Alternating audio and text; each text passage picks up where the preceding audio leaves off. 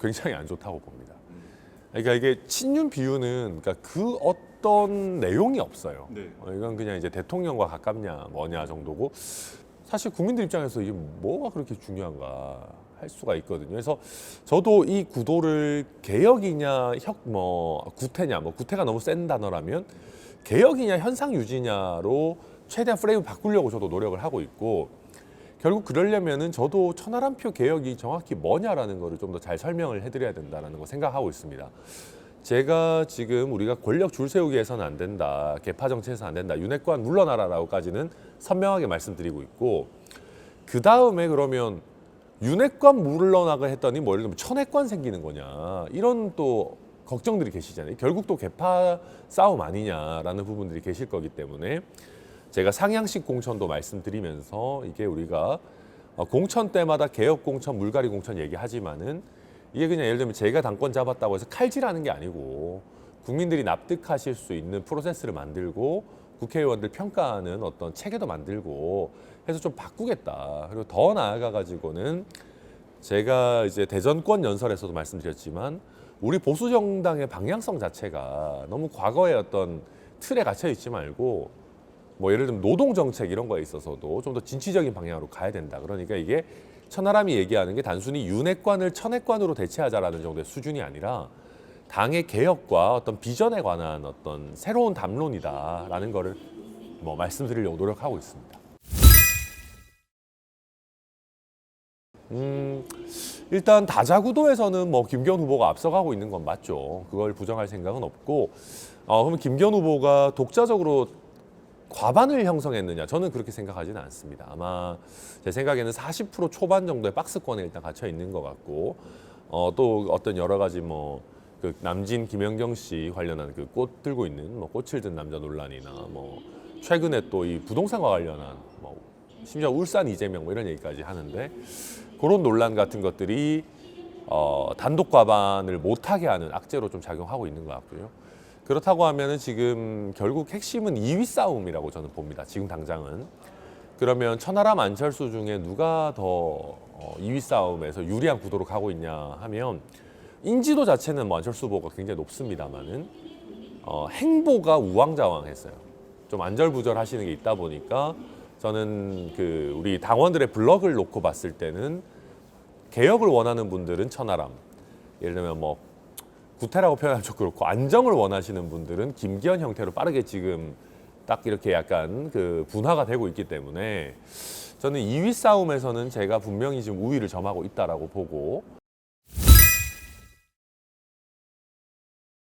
저는 이번 전당대회를 약간 이거 모르겠습니다. 저한테 너무 좋게 갖다 붙이는 걸 수도 있지만 이번 전당대회를 한 문장으로 저는 정리하자면은 죽소서 천하람 준 전당대회라고 생각하거든요. 그러니까 왜 그러냐면은 유력한 주자들을 다 정리를 해줬어요. 막 나서가지고 막 해가지고 나경원 정리하고 유승민 정리하고 냉정하게 얘기해서 나경원 카드, 유승민 카드가 살아있고 출마가 됐다면은 제가 나오기 솔직히 어려웠을 겁니다. 그러니까 나와도 주목을 별로 못 받고 그냥 군소주자 정도였을 것이고 근데 유력한 분들을 알아서 정리를 해주셨어요. 뜰 수 있는 환경을 만들어 주셨고 또 나아가서는 이게 당원 100%가 유승민 의원에게는 불리하지만 저한테는 유리해요. 왜냐하면 저는 전 국민 인지도가 상대적으로 낮기 때문에 전 국민한테 열어버리면은 제가 또 이게 애매해질 수가 있습니다. 그러니까 개혁 성향 면에서는 높은 평가를 받겠지만 인지도의 벽이 있을 수 있는데 당원 100%면 당원은 저를 다 아세요 일단. 그러니까 인지도의 문제도 없어졌고 그 다음에 결선 투표가 없었으면은 제가 아마 10%의 벽을 깨기 쉽지 않았을 겁니다. 어떤 유력자들에 대한 정리, 당원 100%, 결선 투표 이런 것들이 천하람이가 태풍을 일으킬 수 있는 굉장히 좋은 환경이다 지금. 그래서 이 윤핵관 분들이라고 하는 것이 자기 꾀에 자기가 빠져가지고 이번에 오히려 천하람 태풍이 될 수 있는 최고의 조건을 만들어 주셨다. 저는 그렇게 봅니다. 아마 제가 예상하기로는 지난 경기지사 경선 같은 경우가 될 수 있고 되면 경기지사 본선도 될 수 있다라고 봤기 때문에 사람들이 엄청 도와줬을 겁니다. 근데 그 상황에서 이번에 또 당대표에 나가겠다. 심지어 당원 100%로 해가지고 될 것 같지도 않은 당대표 선거에 나오겠다 해서 주변 사람들 고생시키고 또 돈 달라고 하고 이게 아마 유승민 의원 입장에서는 굉장히 좀 고통스러운 일이었을 겁니다. 그래서 저도 그 인간적인 고뇌는 저도 충분히 이해합니다. 다만 이제 개혁 세력의 일원으로서 저도 유승민 전 의원의 출마를 바랬고 기대했습니다만은 그런 뭐 인간적인 부분 충분히 또 고려하고 어찌 보면 그 덕분에 저한테 기회가 와가지고 저도 나름대로 좋은 퍼포먼스를 하고 있다고 생각하기 때문에 지금 이제 제가 지지율을 뭐 한 10%에서 15%까지 끌어올리는 데는 유승민, 이준석 두 분의 어떤 지지층이 전폭적으로 지지해준 덕분이다라는 걸 전 부정할 생각 없습니다. 그러니까 지금까지는 천하람이라는 후보를 지지했다기보다는 개혁 후보이기 때문에 내지는 그 방향성을 지지했던 것이고 지금까지는 사실 이준석 대표가 저한테 엄청난 플러스가 됐던 거는 저도 부정할 생각은 없습니다. 저는 이준석 대표와 저와의 관계에 대해서 너무 무리하게 제가 뭐 선을 긋거나 뭐 관계가 없다라고 거짓말할 생각은 없습니다. 뭐 적극적으로 지원해주고 있는 것은 사실이고 국민들께서 보셨을 때는 천하람 이준석 개다라고 생각하실 수 있는 부분도 분명히 있다고 봅니다. 근데 저희는 일반적인 관계랑은 좀 다릅니다. 느끼셨겠지만은 저희는 정치적인 동반자이기도 하지만 어떤 의미에서는 선의의 경쟁을 하는 관계이기도 합니다. 제가 얼마 전에 이준석 대표가 같은 시간대에 라디오 방송 잡는 거는 선 넘은 거 아니냐 이런 얘기를 한 적이 있는데 실제로 저와 이준석 대표는 일정이나 어떤 메시지나 행보를 그렇게까지 상의하지 않습니다. 그러니까 일반적인 캠프라면은 후보가 돋보이게 하기 위해서 뭐 예를 들면 후보 일정을 이렇게 하고 뒤에서 서포트하는 누구는 뭐 요걸 하고 이런 식으로 할 텐데 그게 아니고 저희는 그냥 각자 뛰는 겁니다. 각자 뛰면서 전체적으로 어떤 개혁 진영의 파이를 늘리자라는 생각인 것이고 저도 처음에는 좀 당황스러웠어요. 아니 같은 시간에 라디오를 잡고 뭐 이슈 터지면 저는 일정을 하고 있으니까 메시지를 바로바로 내기 힘들거든요. 뭐 지금처럼 인터뷰하고 있으면 뭐 이슈 터졌을 때 바로 뭐 SNS 쓸 수가 없잖아요. 근데 그때 이준석 대표는 막 SNS 팍팍 쏴요. 그러면 헤드라인 경쟁에서 뭐 오히려 천하람, 이준석, 뭐 이준석, 천하람 이런 식으로 갈라먹게 되거든요. 그래서 야 이거는 조금 후보 스포트라이트를 너무 가져가는 거 아니냐라는 당혹스러운 생각도 좀 처음엔 있었어요. 근데 제가 생각해 보니까 그 생각이 좀 썩은 생각이었던 것 같아요. 그러니까 무슨 얘기냐면 이준석 대표는 저를 위해서 레드카펫을 깔아줄 생각이 없습니다. 그냥 제가 돋보일 수 있는 기회나 인지도의 어떤 그런 부분만 판만 깔아주는 거고 천하람, 이준석 동시간대 라디오 하면 좋아. 네가 이겨 그러면. 스포트라이트 네가 가져가. 이슈 터졌을 때 메시지 그럼 네가 앞만 바빠도 잠깐 짬내서 더 강하게 재밌게 잘 쳐. 그러니까 이런 얘기를 한 적은 없지만 아마 그런 생각인 것 같아요. 그래서 저도 구질구질하게 이준석 대표한테 가가지고 SNS 좀 그만하고 방송 좀 그만해라 이런 얘기한 적이 없어요. 그냥 본인 하고 싶은 대로 하고 내가 이준석보다 더 잘하면 된다. 그래서 내가 이 스포트라이트를 가져와야 된다. 이 생각이기 때문에 일반적인 후보와 어떤 지원자와의 관계랑은 굉장히 많이 다르다. 그래서 그 어떤 약속이나 뭐 합의를 하거나 무슨 어떤 자리를 주겠다고 약속하거나 뭐 그게 없어요. 그러니까 굉장히 지금 정치권에서 봤을 때 좀 이해가 안 가는 그냥 자발적인 지원과 어떤 선의의 경쟁의 관계다. 저는 그렇게 말씀드립니다. 저는 두 가지입니다. 그러니까 조금 더 안정적인 변화가 필요하다는 것이고 그 다음에 이준석 대표는 선발형 당대표였다고 하면 저는 육성형 당대표가 될 겁니다. 저는 그래서 이준석 대표보다는 조금 더 그 위치가 달라졌기 때문에 다른 형태의 당대표 모습을 보여드릴 생각이고 특히 그런 면에서 저는 천하용인이 함께 뛰는 게 의미 있다고 보는 게 최고위원회에서 안정적인 과반을 확보해가지고 누가 흔들더라도 좀 적당한 거는 웃으면서 넘어갈 수 있는 그런 안정적인 체제를 잡을 겁니다. 그리고 대통령과 정부와의 소통도 훨씬 더 강화할 생각이고 그러니까 두 번째로 이제 이준석 대표 같은 경우에는 나는 국대다나 정책 오디션 같은 오디션 형태가 많았습니다. 근데 저는 뭐 그게 좋은 형태라고 봅니다. 당시에는. 왜냐하면 인재들을 빠르게 충원을 해야 되기 때문에 선거 앞두고. 근데 이제는 보면 그때 나는 국대다 정책 오디션으로 들어온 친구들도 많고 또 보좌진 당직자 지방의원처럼 준비된 정치 신인들도 많아요. 오히려 중요한 거는 이 사람들에게 기회를 어떻게 잘 주느냐.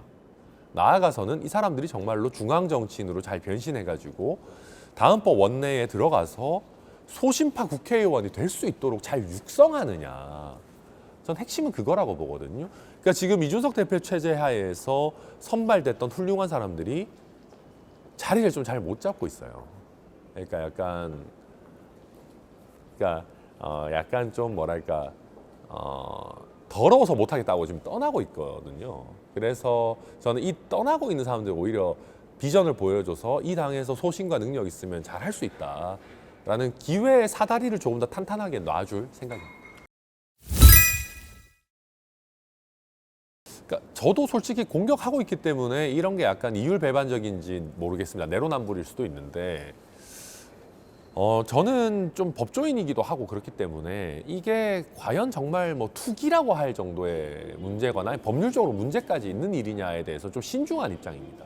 게다가 워낙 오래된 일이기 때문에 이 진상을 우리가 100% 밝힐 수 있을까에 대해서도 좀 걱정스러운 생각을 갖고 있습니다. 그래서 저는 김기현 후보의 입장을 전혀 이해 못하겠다라는 건 아닙니다.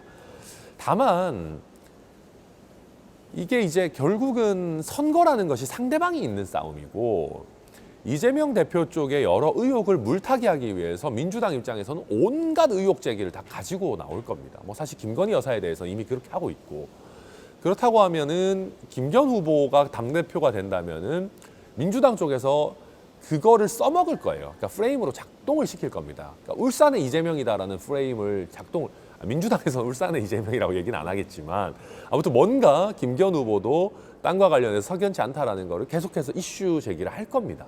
정의당에서도 과거에 그런 얘기를 해왔고 그러다 보면은 이 이슈를 깨끗하게 털고 갈 수 있냐 없냐가 김기현 후보를 선택하는 데 있어서 중요한 하나의 잣대가 되는 것은 맞습니다. 이 이슈를 돌파 가능하냐는 우리가 봐야 되는데 저는 그런 면에서 김기현 후보의 대응이 사실 좀 실망스럽습니다. 김기현 후보 깔끔하게 이 땅 실제 가치 얼마 안 된다. 그 1,800배 다 가짜 뉴스다. 이 땅 실제로는 뭐 예를 들면은 뭐 한 10억밖에 안 되고 아니면 뭐 30억밖에 안 되고 그러면 그 중에 5% 받으면 뭐 얼마에 내가 팔겠다. 천하람이 뭐 천하용인 뭐 얼마든지 사가라 이랬으면 이 의혹이 끝났을 겁니다. 그렇잖아요. 아니 뭐 이 가치가 얼마밖에 안 되고 팔겠다는데 뭐라 그래요. 근데 그게 아니고 명확하게 가격은 제시 안 하고 공시지가 기준으로는 산정할 수가 없다라고 하시고 그럼 저희 입장에서는 그럼 가격이 엄청 올라가지고 폭리를 취한 건 사실인 거냐 라고 물어볼 수밖에 없거든요. 그러니까 이런 점에 대한 대응이 굉장히 실망스럽다는 것이고 이런 식으로 저희가 질문해도 답변을 못 하는데 민주당에서 더 매섭게 질문했을 때 과연 어떤 답변이 나오겠냐. 더 나아가서 과거에 검증이 다 됐다 뭐 민주당 정권에서 탈탈 털었다라고 하는데 이재명 대표랑 어떤 의미에서 비슷해요. 과거에 뭐 박근혜 정부에서도 뭐 내가 탈탈 털렸고 뭐 민주당에서도 비주류였고 이런 얘기하면서 실체에 대한 얘기를 잘 안 하거든요. 김기현 후보도 실체에 대한 제대로 된 어떤 답변이나 해명이 잘 안 나오고 있어요. 제가 봤을 때는. 그런 면에서 이게 얼마나 사법적으로 문제가 될 거냐를 떠나서 좀 정치적으로는 굉장히 큰 부담이 될 수도 있다. 본인에게는 당에게. 저는 뭐 사실이라고 생각합니다. 그러니까 이거는 뭐 저도 이제 경쟁하는 입장에서 듣기 좋은 얘기 할 수 있습니다. 뭐 우리 대통령께서 그러실 리 없다. 뭐 윤심이 어디 있냐. 뭐 안철수 후보처럼 얘기할 수 있겠지만 저는 그거는 거짓말이라고 생각합니다. 눈 가리고 아웅이라고 생각하고 솔직하게 상황을 인정하고 제가 그 상황에서 할 수 있는 최선을 다해야 되는 것이지. 그러니까 저는 그렇게 봅니다. 그러니까 대통령께서도 인지상정인 이상 누군가가 더 마음에 드실 수도 있죠. 근데 조금 아쉬운 지점들은 대통령실이나 윤핵관이라고 하는 분들이 초선 의원들까지 그러니까 포지티브하게 김기현 후보를 돕는 거를 넘어서 가지고 다른 후보에 대한 공격을 하고 있는 점에 대해서는 저는 굉장히 안타깝게 생각합니다. 부적절하다라고 생각을 하고. 근데 다만 이제 저는 그 대통령실이나 윤핵관이나 하는 분들이 김기현 후보를 미는 어떤 이유나 어떤 거기에 깔려 있는 생각이 굉장히 잘못됐다고 생각해요. 그러니까 김기현 후보가 나쁜 사람이다라는 것이 아니고 어떤 의미에서는 있는 파일을 어떻게 나눠 먹을까 하는 되게 민주당식 사고를 하고 있다고 생각하거든요. 국민의힘식의 아니면 보수정당의 사고는 성장형 사고입니다. 도전자 정신이고 기업가 정신이고 파일을 키우겠다는 거거든요. 대통령이 원하는 분들이 결과적으로 원내에 많이 들어와야 될 거 아니에요. 그렇잖아요. 이게 어디 공천받느냐도 중요하지만 결과적으로 많이 들어오느냐 아니냐가 중요한데, 그런 면에서 저는 대통령이 원하는 사람들을 가장 잘 발탁하고 원내에 진입시킬 수 있는 거는 오히려 천하람 체제다. 저는 그렇게 말씀드립니다. 저는 죄송한 말씀이지만 김기현 후보는 1차에서 과반 못하면 망한다고 생각합니다. 그러니까 지금 무슨 프레임이 작동하고 있냐면, 황교안 후보가 뜨는 이유가 뭔지 아십니까? 본인이 재밌고 뭐 시스틸러를 해가지고 토론에서 퍼포먼스가 잘 나오고, 물론 그것도 있겠죠. 근데 이제 그거의 핵심 저변에 깔려 있는 거는 우리 전통적 지지층에서 김기현 무능하다, 김기현 발언이 리스크다 라는 평가가 나오기 때문입니다. 그러니까 우리가 차라리 조금 더 일찍 시작했으면 황교안 후보가 우리 대표 선수가 되는 게 나을 뻔했다는 생각을 이미 하는 분들이 굉장히 많아졌어요. 이게 무슨 얘기냐면은, 김기현 후보가 윤심, 장제원 의원 많이 밀어줬던 거는 맞죠. 그때 본인 리스크로 그거 다 까먹고 있잖아요. 그러니까 이제 지지층 입장에서도 이거 김기현 후보 맞나? 의구심이 드는 것이고, 적극적으로 다른 후보에게 가지 않더라도 투표 포기하는 분들 굉장히 많이 나올 겁니다. 그렇게 된다면은 1차에서 과반을 못할 가능성이 매우 높고, 그러니까 아마 전통적 당원들도 그러실 거예요. 야, 우리가 이렇게까지 밀어주고 대통령실에서 온갖 난리를 치면서 도와줬는데 김기현 과반도 못하냐. 무슨 당협위원장 90%가 밀어준다는데, 당협위원장 90%가 밀어줄 정도면은 90%는 좀 심해도 60%, 70%는 해야 되는 거 아니냐라는 무능력 프레임이 나올 겁니다. 저는 그래서 1차에서 과반을 못 한다면은 저는 충분히 제가 뒤집을 수 있는 모멘텀이 분명히 나올 거다. 저는 연대할 생각은 솔직히 별로 없습니다. 지금 보면 천안연대 이런 얘기를 쓰시는데, 결선이 있는데 무슨 연대입니까? 그러니까 연대라기보다는 필요한 행보에 대해서 잠깐 전략적인 제휴 정도를 할 수 있는 것이고, 저는 그렇게 봅니다. 안철수 후보 서운할 수 있겠지만, 둘 중에 누가 결선에 올라가든 저희 지지층은 상대적으로 융합되기 편한, 쉬운 거는 사실입니다. 근데 누가 더 쉬울 거냐 하면은, 천하람이 더 개혁적이기 때문에 안철수 후보 지지자들이 천하람에게 오기는 더 편합니다. 근데 더 개혁적인 성향의 천하람 지지자가 안철수 후보에게 가기는 되게 어렵거든요. 그러니까 이분들은 투표를 안 하게 될 가능성이 높습니다. 왜냐하면 안철수 후보는 윤핵관에 대해서 제일 말을 안 하는 후보이기 때문에, 윤핵관을 선명하게 비판하는 천하람 지지자들이 굳이 내가 안철수 뽑자고 투표해야 되냐, 이렇게 될 수가 있거든요. 그런 면에서 저는 천하람 안철수의 어떤 시너지나 컨벤션을 일으키려면 이건 반드시 제가 가야 된다. 여기서 안철수 후보가 올라가 버리면 맥이 빠지고, 사실 좀 죄송한 말씀이지만 안철수가 천하람을 꺾는 거는 뉴스가 아닙니다. 그냥 그냥 그런가 보네, 인지도 높은 대선 후보니까 이 정도 고전한 게 오히려 고생이었지, 이런 식이 되는 것이고, 천하람이 안철수를 꺾는 거는 어마어마한 이변이고, 안철수 후보 입장에서는 좀 아픈 일이겠지만은 그 컨벤션을 발판으로 이 지금 윤심을 엎어버릴 수가 있거든요. 그러니까 윤심을 민심으로 엎어버릴 수 있는 거는 유일하게 천하람의 결선 진출입니다. 그 유일한 시나리오입니다. 아니요. 그것보다는 저는 그 안철수 후보의 과거 당적에 관해서 공격하는 거는 좀 비겁하다고 생각합니다. 안철수 후보가 과거에 여러 당을 좀 왔다 갔다 하셨던 거 모르는 사람 누가 있습니까? 그거 다 알고도 우리가 우리 당의 전력으로 삼겠다 해가지고 단일화한 거고, 심지어는 국회의원을 좋은 지역구에 공천까지 해서 당선까지 시켰습니다. 그러면 우리 당의 식구로 맞아 들인 거잖아요. 과거에 대해서 좀 얘기하는 거 좀 구질구질하다, 저는 그렇게 생각하고, 이런 얘기하면 또 연대 이런 얘기 하려나. 근데 아무튼 저는 왜 평소에 그렇게 생각합니다. 진짜 안철수 후보 제가 좋아하고 싫어하고의 문제가 아니라, 과거 행적 이런 거에 대해서 얘기하기 시작하면 우리 당에 솔직히 애매한 분들 많을 겁니다. 최고위원 후보들도 말할 것도 없고요. 그래서 저는 그런 건 필요 없는 얘기라고 생각하고, 다만 이제 이번에 행보가 우왕좌왕 안절부절이라는 거는 왜 그러냐면은, 윤심 호소 후보였기 때문입니다. 그러니까 윤심 호소 개혁 후보가 아니에요. 미안한 말씀이지만 안철수 후보의 새 정치는 이번 전당대회에서는 아예 발현이 안 되고 있습니다. 저는 원래 새 정치가 뭔지도 잘 모르겠지만은 김기현 후보나 안철수 후보는 제가 봤을 때 뭔 차이인지 모르겠어요.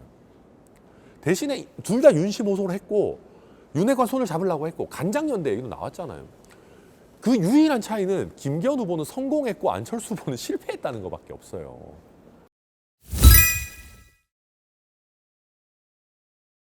그러니까 권력 호가호위 하는 사람들은 항상 있죠. 줄 세우기 하는 사람도 항상 있어요. 근데 이번에는 도가 지나친 게 본인들이 권력을 많이 가지겠다는 게 넘어서 비주류를 말살하겠다는 거거든요. 그리고 어제까지 동지였던 사람들한테 칼을 꽂아요. 나경원 전 의원 저희 당의 주류 아닙니까? 왜 칼을 꽂습니까? 주류라도 우리 마음에 안 들면 칼을 꽂겠다라고 하는 거는 이거는 비주류 말살 정도가 아니고 그냥 자기 마음대로 하겠다는 거예요. 당을 자기 마음대로 사당화해서 전행을 휘두르겠다라고 하는 사람은 어떻게 가만히 놔둡니까? 저는 그런 면에서 윤핵관의 행태가 과거의 어떤 그 대통령의 측근 이런 사람들의 행태를 뛰어넘었다. 이건 말이 안 되는 형태다 생각합니다.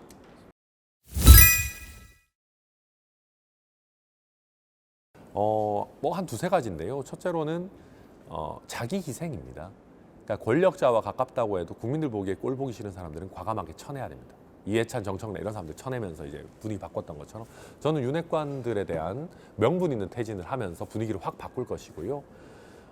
그게 이제 개혁 공천의 시작이죠. 두 번째는 제가 아까 말씀드렸지만 준비된 정치 신인들, 뭐 보좌진 당직자, 뭐 지방 의원들 적극적으로 등용해가지고 뭐랄까요, 이게 쳐내는 것 이상으로 좋은 사람들을 선보여야겠다는 생각이 굉장히 강하고 그게 이제 국민들 입장에서 되게 중요한 부분이 될 겁니다.